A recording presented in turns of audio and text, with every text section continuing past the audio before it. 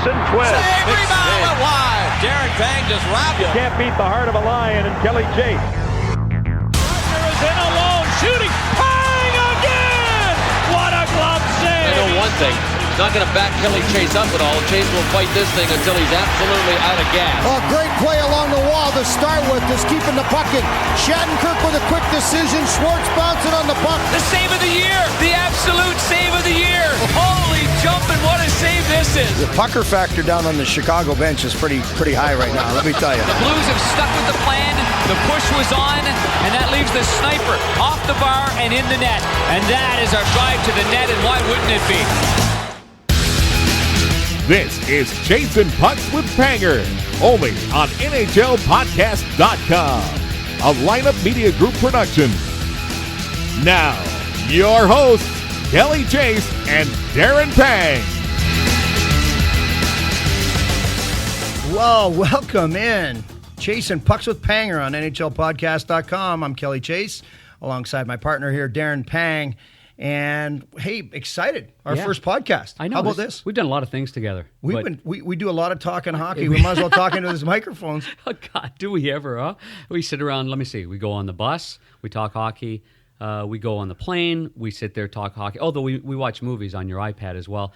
We get in the stands. We have a coffee. I have to have a coffee first, and then I have to have. And then we talk hockey. And then we talk Lunch, hockey. We talk hockey. We jab guys. Yeah. We have fun with guys. We call guys. Yeah. So why not put it on a podcast and have more fun? Sounds like it makes sense to me. And can look at you at Panger40 on Twitter. Yeah, at Panger40. And Chasing Pucks 39. Yeah. At Chasing Pucks 39. If you want to catch up on some of the buffoonery that we might spew, it would be fantastic.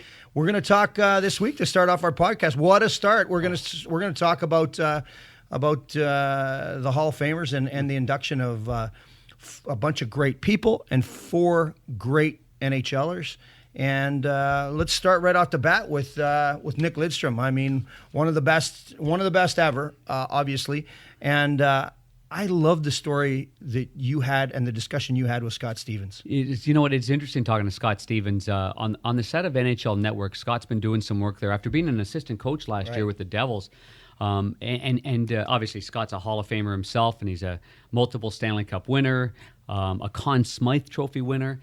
But he said when we were watching Nick Lidstrom, he said, I always enjoyed watching Nick Lidstrom. Always enjoyed watching it. Always looked forward to that physical game where I could watch Nick, the perfect defenseman, get hit.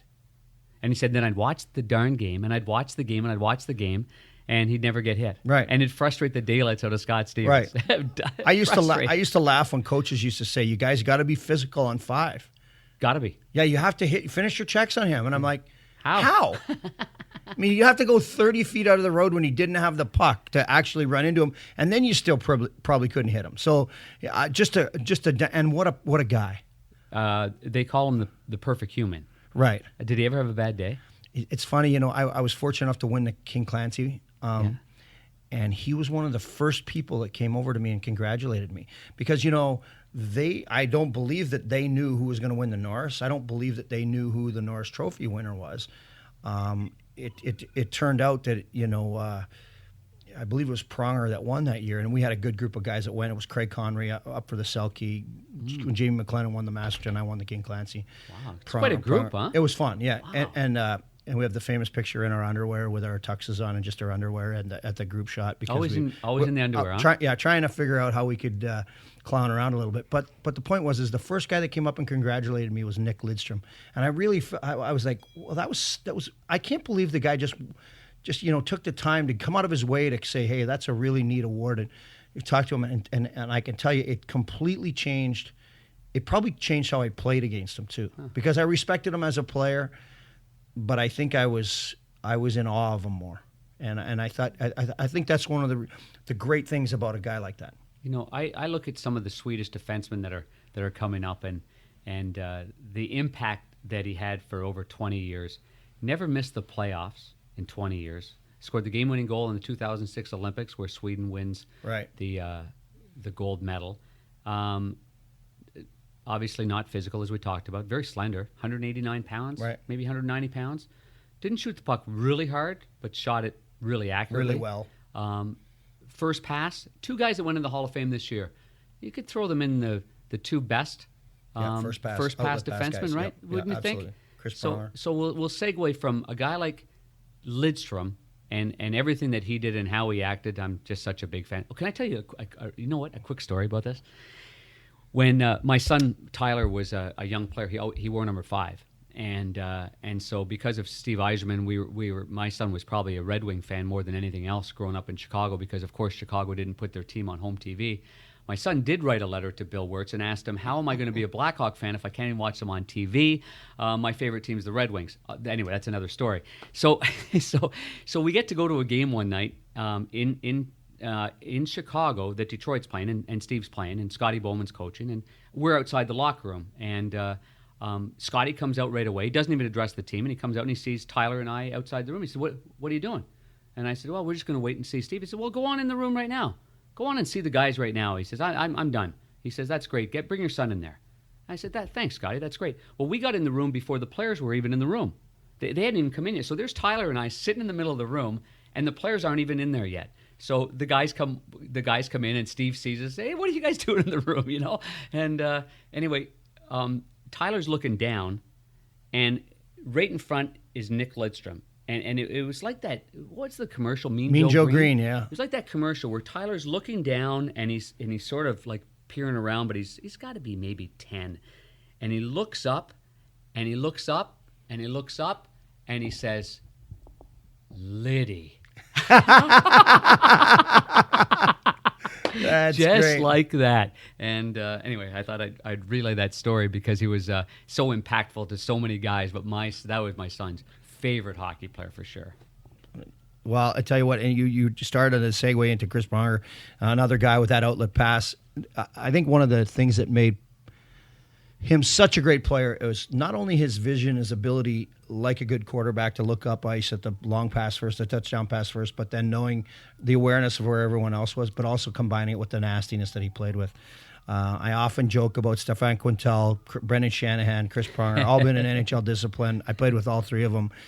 I can say that it takes sometimes a criminal to catch a criminal, and those guys were certainly guilty of it. But what do you think Prong says when he's in that room? Seriously, it would Did have you say to that's be. nothing. He's he knows lots of the times that it just wouldn't even have been a penalty when he played. Yeah. But he's a wealth. Like he'll look at it, and he'll shrug his shoulders. The one thing about that job and about Chris Pronger is, I don't believe that they're looking for real estate salesmen in there. Mm-hmm. If they just wanted somebody to go along with company lines, they wouldn't hire those guys to do it. Because you're not getting that out of Brian Leach when he was there. No. Brian Leach is a guy that's got an opinion. He's going to tell you what his opinion is, and that's fair. Yep. Same thing with the Big Q, Yep. who's running it now. Brendan was certainly like that. And Prongs definitely is like that. Rob Blake was a guy that was a well-respected guy that had his, well thought. So I think for all of those guys and what they do and have done with it, I respect the fact that they have their own opinion on it, but when they leave there, it's a consensus, much like a team. Mm-hmm. You come out of there and we're all on the same page. That's right. Like disciplining kids. Yes. And you might not be on the same page as your wife, but you better come out and have a loyal front. Right, exactly. And I think that Chris Pronger, as great a player as he was, he had a competitive edge about him that made everybody around him better because of how he played the game. Mm-hmm. I've mentioned to you before, he was tough at practice. In practice. Did he ever start like a not one? I mean, I know that guys get nasty and what have you, but did it become like every day when you're practicing with him that you knew that you better be ready to go? Did he ever give you a day off? Oh. He was hard on guys that he thought weren't pulling their giving weight. Yeah, Oh, he was really hard on guys that weren't. Okay, that he makes it easier on the coach. And there was no, he didn't pick and choose. And I remember at training camp he got into it with Jamie Rivers, and we were both veteran guys, and one of our young tough guys went in there that thought he should defend Jamie. Mm-hmm. And so he was going to fight Pronger. He was going to fight Pronger. Yeah. And I jumped over the boards and I said, "Hey, hold on a second." And the kid goes, "What are you doing, Chaser? You're on my team." And I said, "Listen, you can't fight with him. You want to fight with somebody, fight with me." He goes, "You're on my team." I said, "Listen, kid, he's on my team." He's a Norris Trophy winner, Hart Trophy, candidate, and so on and so forth at the time. Yeah. And I go, you can't fight with Chris Pronger. But Prongs didn't lay off the kid. He didn't lay off Jamie, the veteran player. He was determined that everybody was going to learn how to compete, and that's the way it was going to be. And for me, that's what made him successful. And I think one of the other Hall of Famers that we hear the great story about, and was such a dominating force when he grabbed a hold of the puck, and he left you wanting more all the time out of him. But I think learned to get that competitive edge from other Hall of Famers was Sergei Fedorov. Yeah, you're right about that. Sergei, he teased the heck out of you. I always thought that there was so much more there. And the year that he won the Hart Trophy and had such a phenomenal year, if I'm not mistaken, Yzerman was injured for the majority of that year. And so Sergei took over the reins, almost like, when Crosby and Malkin go at it. When Crosby's not there, Malkin says, okay, boys, it's my team, let's go. Right. But Sergei, for me, I always thought that he could give you more. But in saying all that, I think he respected, and listening to him at the Hall of Fame induction, he respected the process. He gave a lot of respect to the guys that were before him, and I think Yzerman taught him a lot along the way. I think the little things that these guys teach you, Chaser, and you can correct me if I'm wrong, but it doesn't sound very smart, but how to play hurt. Right. When to play hurt. When are you injured that you really are putting yourself in a bad spot? You're hurting your team by playing in a way that you can't play. But playing injured and battling through stuff, I think that was one area that Sergei really looked around that room and went, I can give more here. Right. And a famous story of them in the playoffs with all of the Russian guys they had on their team that took them aside and said, listen, we have a knock of not wanting to win Stanley Cups. We have a knock as Russian players of guys that don't care and only want to collect checks and only want to be part of Olympics and World Championships. And that's not what we are. And Larionov and Konstantinov and those guys explaining to them, Fetisov, that, hey, listen, we are proud guys and we want to be a part of this. So get with it because we can't win without you. And he excelled from that point on for them. And I think that's one of the things that I admire about Sergei is that he was a guy that almost was teachable, but yet was such a great player that he almost did it with ease. And early on, he dated Anna Kournikova. It's got to count for something. Dude, that's a Hall of Fame attitude right there, if you ask me. Yeah. Onward to another great player, Phil Housley, who, I thought his speech at the Hall of Fame was fantastic. Me too. You mentioned him bringing out the helmet that humanized him. It did for sure. I mean, he had the bad bucket. See, when he first broke in with Buffalo, think about Scotty Bowman, who was the coach and GM of Buffalo, Chaser, who goes and watches this 155-pound offensive-minded small defenseman play high school hockey in Minnesota, and he says, "That's the guy I want, 6th overall." Wow. And so he breaks into the league and makes it and had like 60 points his first year. Right. He had a really ugly Cooper helmet at the time with the little leather in the front. Right. And he continued that on his entire career and had the Jofa with the little leather thing or that little plastic thing in the front. And when he brought that up in the Hall of Fame at the very end of his speech and said, "What the heck?" And he said, "Thanks, Jofa. I took a lot of heat for wearing this lid." And he says, "But now we're in the Hall of Fame together." That's pretty cool. I really admired Phil. I think Phil's come a long way too. He sure thanked his wife for the ups and downs in their life. I think like all the guys got traded a lot at the very end. Probably in and out of self-motivation or feeling sorry for yourself and trying to pick it up. And so his wife was obviously a stabilizing force in his life getting to where he was. But I thought he was really well-spoken. He thanked Doug Wood, his high school coach, for making him a defenseman, turning him from a centerman to a defenseman. That turned out pretty well. Yeah, no, that worked out just fine. That turned out well. But here, the beauty of Phil and the way he played, I remember when he came to St. Louis and that's for Al McGinnis, right? And you admired him. You admired him. He ended up being traded for Al McGinnis, but just you admired the way he played the game because of the low panic button on him. Like he had a stabilizing. He would turn 6 different directions in our own end to try and beat a check to make it easier for you to get a half a step farther away from the check, or to create a little bit more space for anybody on the team, or to give the goalie a little bit of time to get back in the net. And I just thought that the way that a little guy is one thing, but the way he was so poised with the puck made him such a great player. Elusive. I was looking at some video, and it was like if he wanted to be a figure skater, he could have been. Oh, his edge work was absolutely phenomenal, wasn't it? Well, you're absolutely Man, right. Inside edge, outside edge, inside edge, outside edge, balance, looking up, head up all the way. Not a big curve on his stick. He certainly used a short stick. He had a fantastic knack of putting the puck in an area where you could redirect it. Did you ever redirect one on? I redirected lots of them. None of them went in, but but I certainly did redirect. That's why them. we're chasing pucks with Panger. That's exactly. I right. chased pucks. You chased pucks. You chased people. Well, listen, I'd like you to just talk a little bit about too. We don't want to slight anybody, but there were other Hall of Famers that went in yesterday in different categories. Yeah, you're right, Chaser. Along with Lidstrom, Pronger, Fedorov, and Housley, Peter Karmanos as a builder, obviously won a Stanley Cup, but did a great job with minor hockey in the Detroit area with CompuWare.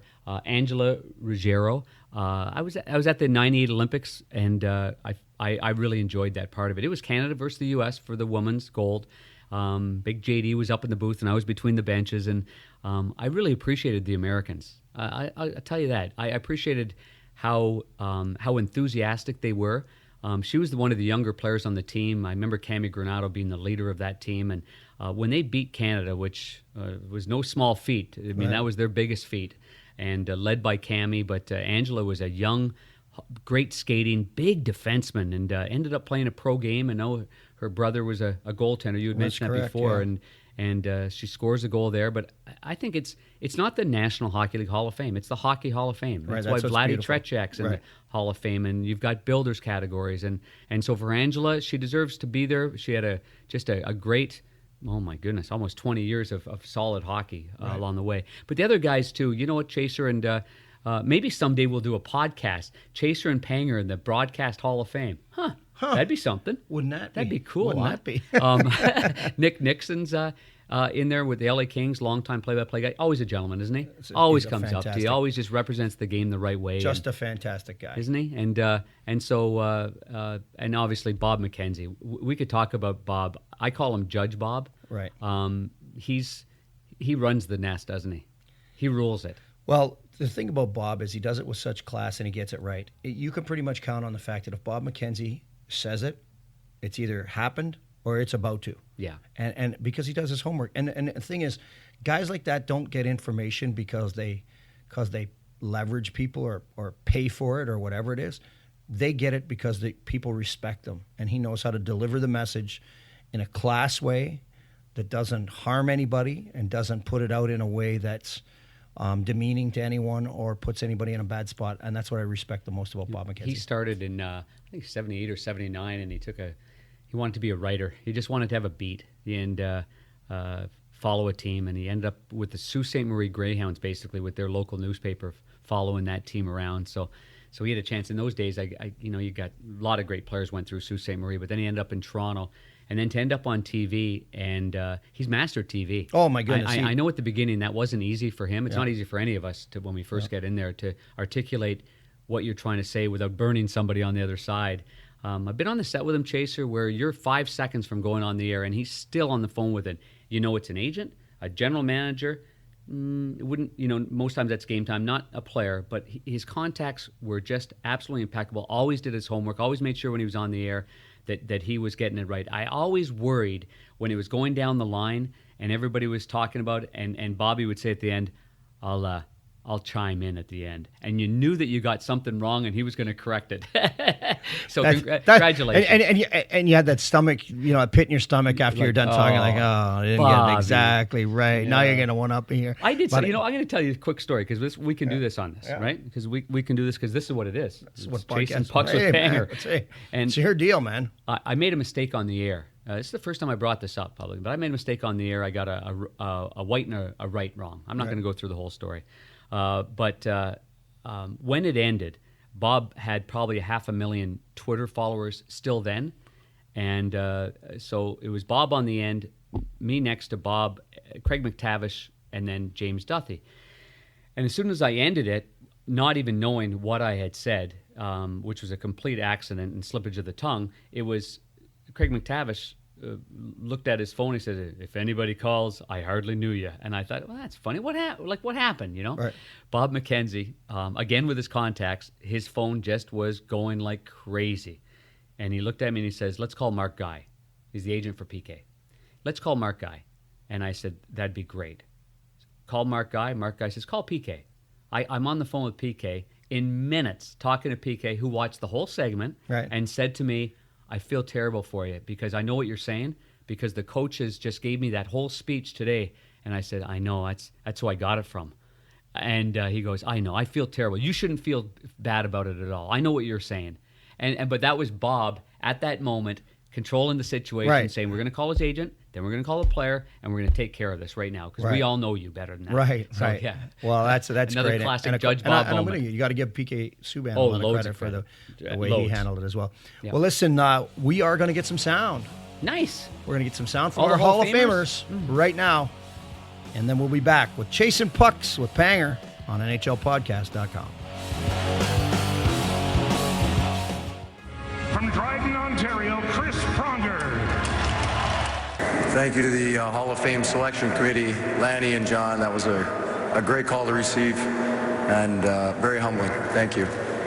I'd like to thank Kelly Massey and the whole Hall of Fame staff for all they've done this weekend. It's been, as a lot of guys have mentioned, and girls, that it's been a great weekend for us all, and appreciate all their efforts. Congratulations to the other inductees on this great honor. It's a true pleasure going in with you all. I want to talk a little about opportunity and belief. I was given an opportunity early in my childhood to play minor hockey in Dryden, Ontario, and from that was born a passion for the game. I loved it. It was all I thought about as a child growing up. On my way through the Dryden Minor Hockey Association, I had many coaches who believed in me, but none more so than my high school hockey coach, Jack McMaster. He saw something in me and pushed me each and every day in practice to get better. While playing high school hockey, there was a scout who saw me play, and he saw something and believed in me as well. I had what it took. Thank you for having some vision, Sheldon Ferguson. From high school hockey came an opportunity to play junior B hockey in Stratford, Ontario. I couldn't think of a more storied junior program to make my mark at. Denny and Dennis Flanagan and Terry Unack believed in my abilities and provided me all the tools to become a better player. Then the Peterborough Petes came calling with the opportunity to play major junior hockey with yet another storied junior franchise. Dick Todd and Jeff Toohey believed I could play in the OHL and schooled me in the game on and off the ice. Thanks, Stu. A special thank you to the White family for taking me in and treating me as if I was one of their own. From Pskov, Russia, Sergei Fedorov. I guess I gotta break the ice. It's not easy to do, and my glasses stuck on my pocket. I gotta use those. In my wildest dreams, I would never expect something like that. I never believed and thought something like that would happen to me. It's such an honor to be here tonight, to speak in front of you. I've been so fortunate in my career, in my life, affiliated with many great people. They had such a positive influence on me.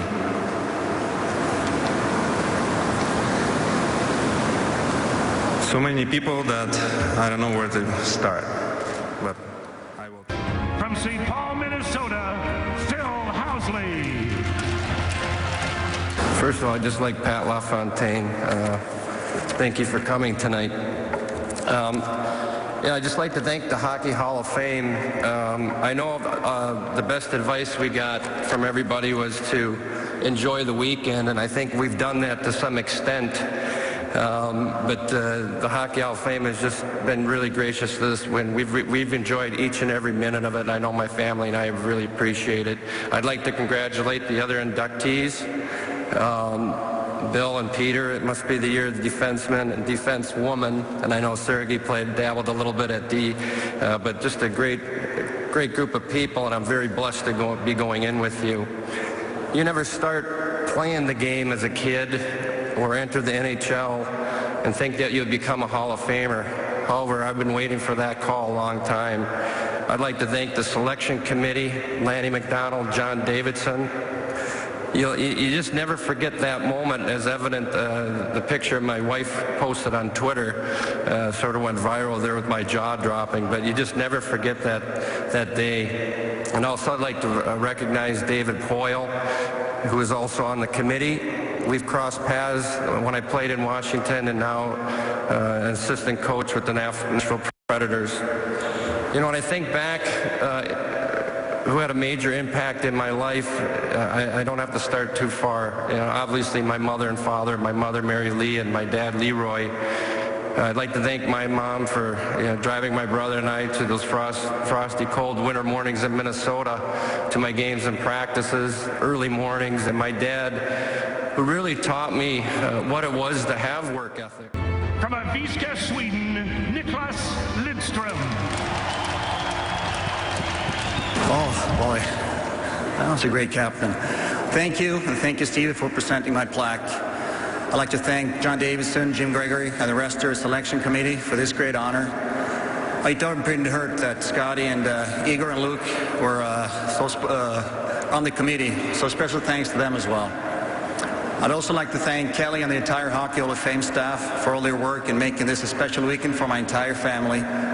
It's been a great weekend that we'll never forget. I'd like to congratulate the other inductees, Bill, Peter, Phil, Chris, Angela, and of course my old teammate, Sergey.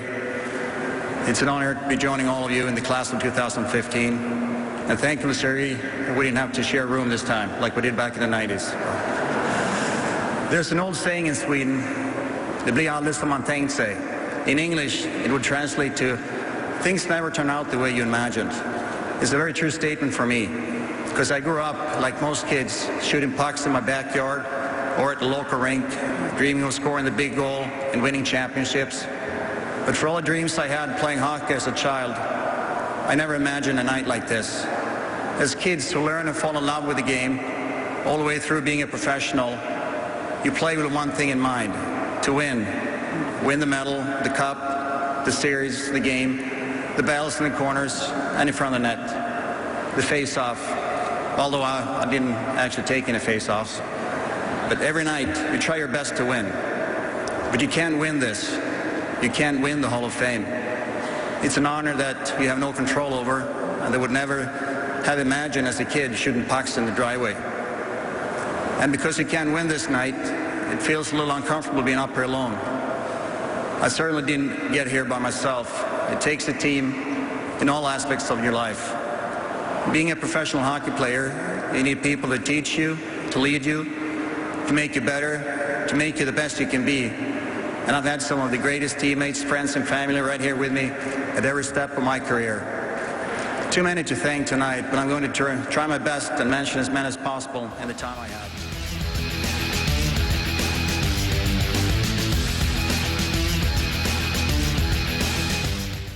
Back here with Darren Pang and Kelly Chase, Chasing Pucks with Panger on NHLpodcast.com. And one of the things that we want to get to every week is our text or tweet of the week. And we have one of the unique situations in the league where something happens and it takes off.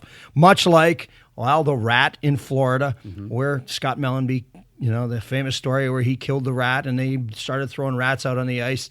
The rat trick. The rat trick. The white towel, starting with Roger Nielsen, the Vancouver Canucks, feeling like he was taken advantage of and started waving the towel in the playoffs. The Vancouver Canucks picked up on it, and that's how the white towel, the towel and the whiteout began in the National Hockey League. Well, this time, it's a little odd, and it is a tweet. The St. Louis Blues, in a game against the Chicago Blackhawks, had a game where the Hawks were leading 5-2. With the Hawks leading 5-2, St. Louis started to score some late goals in the second period. It was a 5-3 hockey game, then 5-4, and with 30 seconds left in the period, David Backes ties the hockey game to make it 5-5. Chicago is completely dominated until the second period, and the Blues kind of got back in the hockey game. They played a scoreless third, and the Blues win the game on a goal by Vladdy Tarasenko in overtime.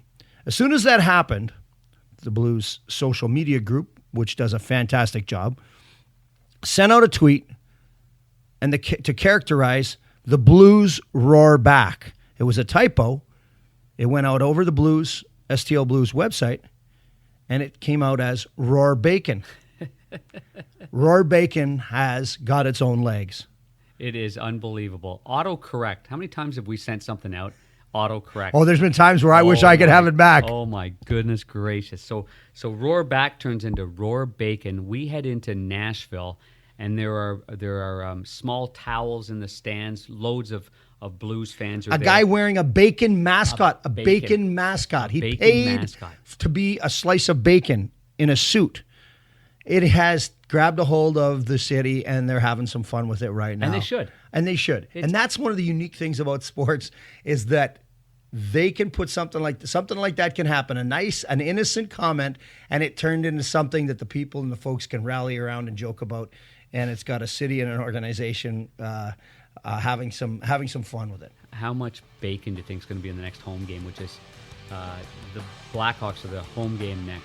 November 14th, goodness. Blues Blackhawks, roaring bacon. You know and that, my friend, is our tweet of the week. Why wouldn't it be?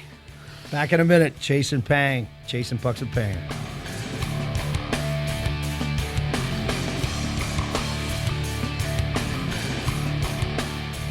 Hola, muchachos, my friends. This is the Ocho Man from the Ocho Man Behind the 8 Ball podcast.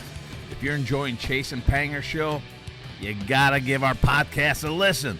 We've got a new show every Friday with the great crew of guys that talk everything from sports, conspiracies, stock market, whatever crazy shit that we talk about. It's crazy. I'm telling you, you guys will love it. Find our show now on ochoman.com, on iTunes and Stitcher and all major podcast outlets.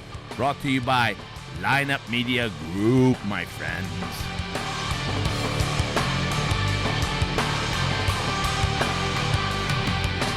Hey guys, if you have kids who play baseball or you're a coach or an instructor, you've got to check out our weekly show, Youth Baseball Talk, powered by Baseball Youth with me, your host, Jim Cromer.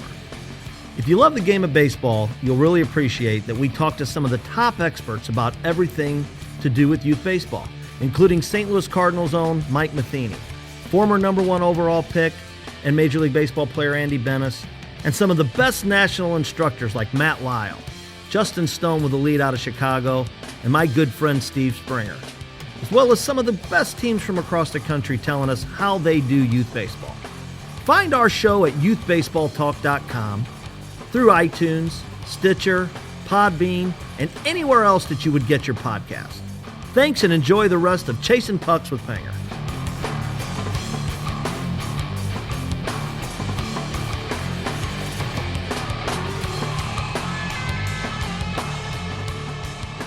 One of the unique things about our league is some of the fantastic characters that make up our game. And they're not necessarily players. They're broadcasters. They're people that work around the rinks that are trainers. It's the characters in our game that makes our game special in lots of cases. One of the unique things I think, and I've tried to do it and I'm not good at it, is the play-by-play and some of the great calls that we have around the league. And you can tell the enthusiasm in the voices that they care, and they care about their team. They care about the passion of the game, the emotion of the fans. And every week, we're going to do a little of this. I like this idea. We're going to get the great calls of the week. The great calls of the week. Yeah. 3 of the greatest calls of the week. Now, this may not be your team, folks, remember. But you have no problem submitting us. Just head to our Twitter page. You can go to at ChasingPucks39 or at Panger40. Send in the tweets. Send in what you think your best call of the week is. It might be your team. It might be one you heard on the air. It might be one you heard on the network or on any call or on the radio. Send them in. We want to make sure. And here you have our top 3 calls of the week. Nicholas off the head fake. Carlson returns it to 19. You get Reimer's perspective. On a backdoor setup. Score!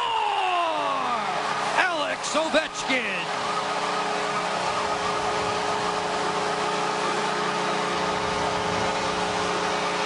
Sergei Fedorov has some company. Here's Jack, wins it cleanly. Back towards Adam Larson, who plays it behind the net. Sergei Kalinin quickly on the puck for the Devils. His shot, he scores! Kalinin from the circle, and there's his first NHL goal.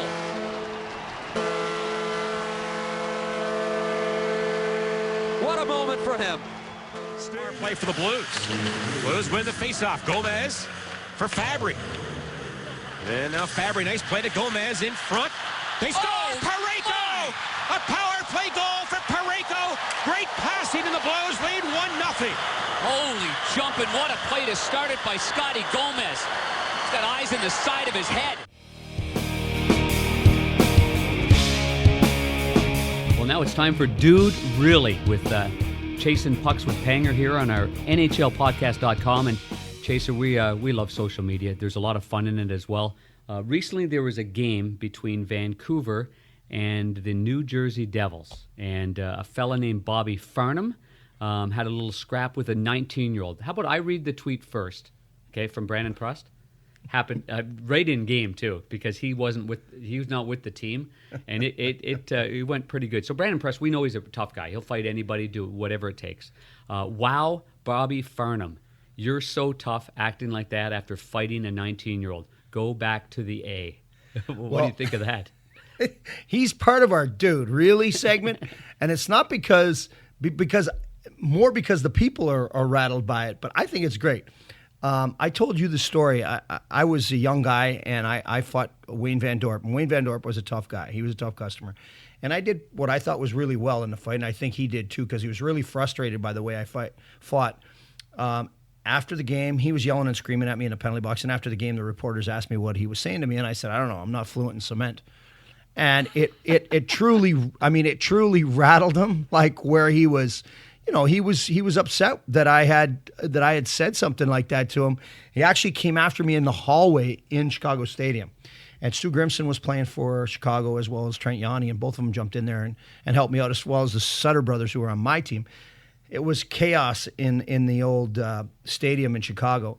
And the funny thing about this tweet is the Dude Really is the debate kind of evolves around whether or not, you know, he should have fought Jake Virtanen, and to me, once you play in the NHL, all bets are off. You're a man. It's a man. No one went around telling Wendell Clark, "Oh, you should feel sorry for Wendell Clark because you fought Marty McSorley, Ben Wilson, and on and on and on." But you don't wear a yellow sweater when you're out there. I'm more about I'm not a fan of showing people up or getting all excited and winding, you know, the crowd up and putting on a big show after a fight.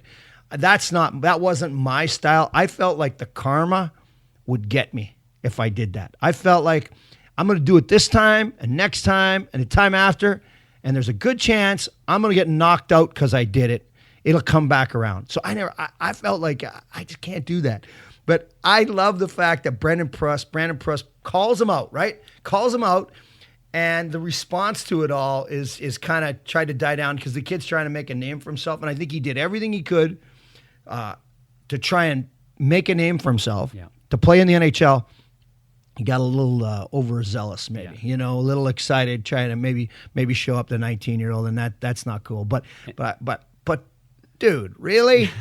Because this is social media, I'll tell you that Brandon responded to a guy at Dr. Diablo THW. We're going to play the social media game right here. And he said to Brandon Prust, which is at Brandon Prust 8, he said, "Wag's finger, don't fight 19-year-olds." Brandon responds, didn't say anything about not fighting a 19-year-old. Fight whoever you want. I commented on the celebration afterward. See, that's what I love about him. Prusty's an old school guy.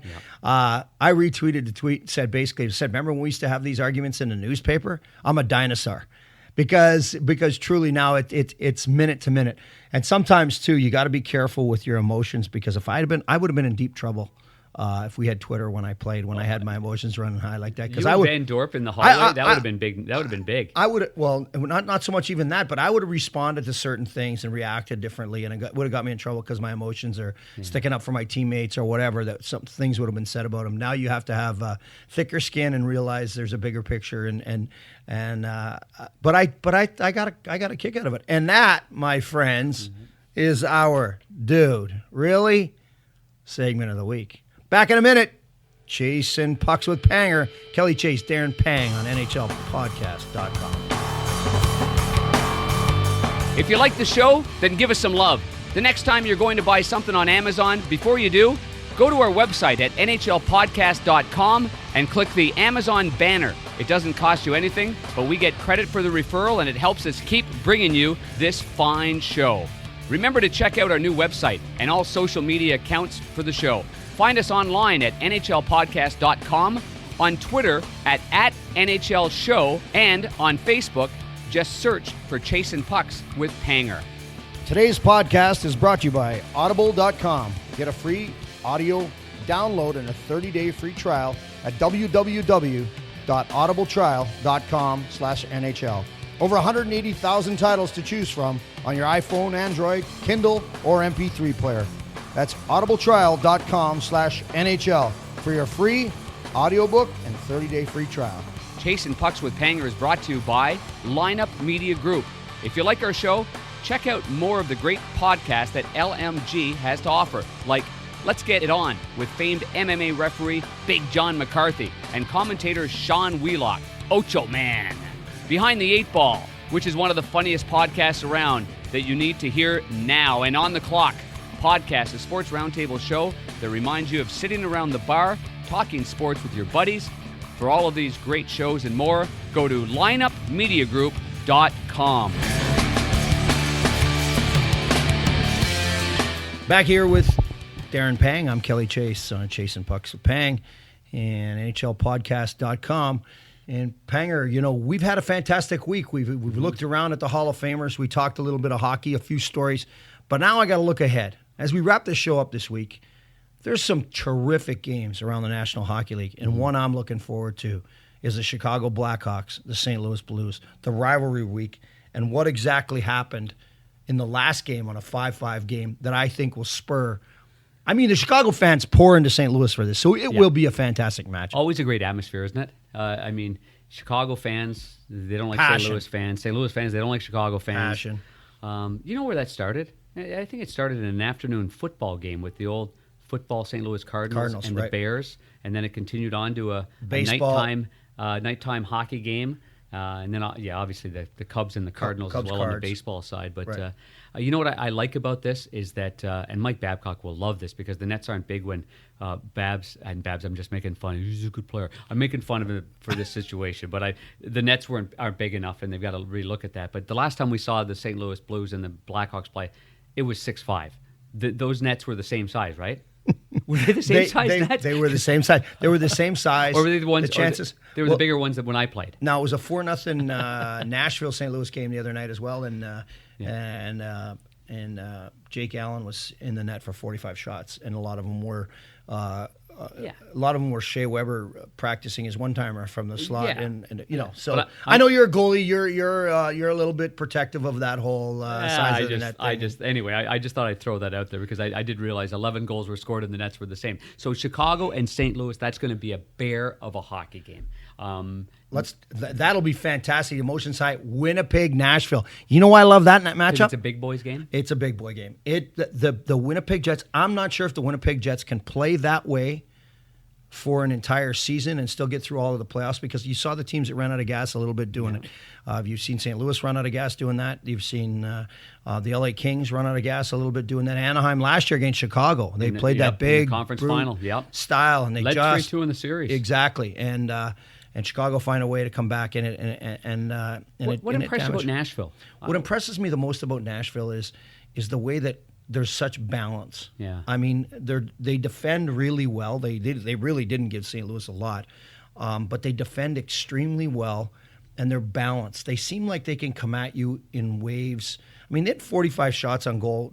Jake Allen was the best player on the ice. You know, he was in goal for St. Louis. But what I like about Nashville is that they seem like right from top to bottom, they have opportunities to score. Mm-hmm. And I think that's the balance in the league that sets teams apart.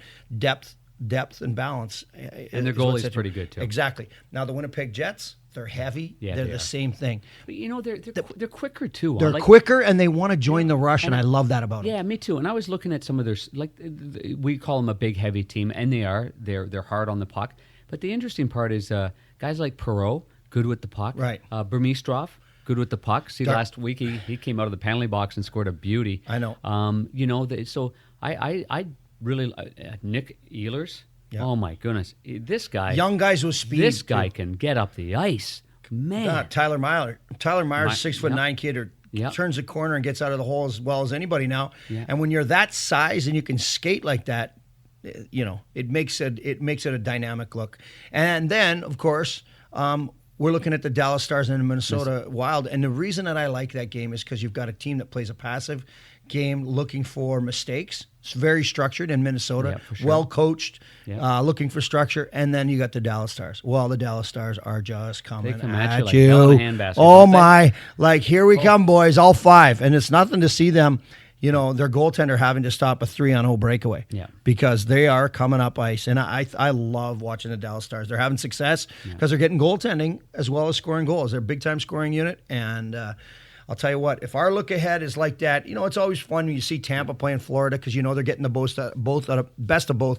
Yeah. But those are some of the games coming up that I like. The Pittsburgh Jersey series, obviously, those teams testers for each organization. But boy, the three we just mentioned are the ones I'm looking forward to this week. Yeah, me too, partner. You know what? That's good sitting around here talking a little hockey, huh? I love it. Hope the fans like it. Hope they get into it because we're not in a real set. We've got no limitations on what we're talking about or how long we're going to talk about it. So why wouldn't people send in? Why wouldn't you send in what your thoughts are? And if you don't like it, you know what? Send it in. You like it? Send it in. Give us some ideas of what you want us to talk about, and we'll handle it next week. Don't correct our grammar, though. Yeah, don't do that. We're not that sharp. You would be wasting. You're a Western Canadian guy, right? That's right. Yeah, Farms Scholastic and stuff Player like that. Oh, you're Scholastic Player of the Year. Right. I wasn't. Folks, that's all this week. Chasing Pucks with Panger on NHLpodcast.com. I'm Kelly Chase. He's Darren Pang. Talk to you next week. This has been Chasing Pucks with Panger, a Lineup Media Group production. Find the show online at NHLpodcast.com, plus on iTunes, Stitcher, and all major podcast outlets. Get access to all of the Lineup Media Group shows at lineupmediagroup.com.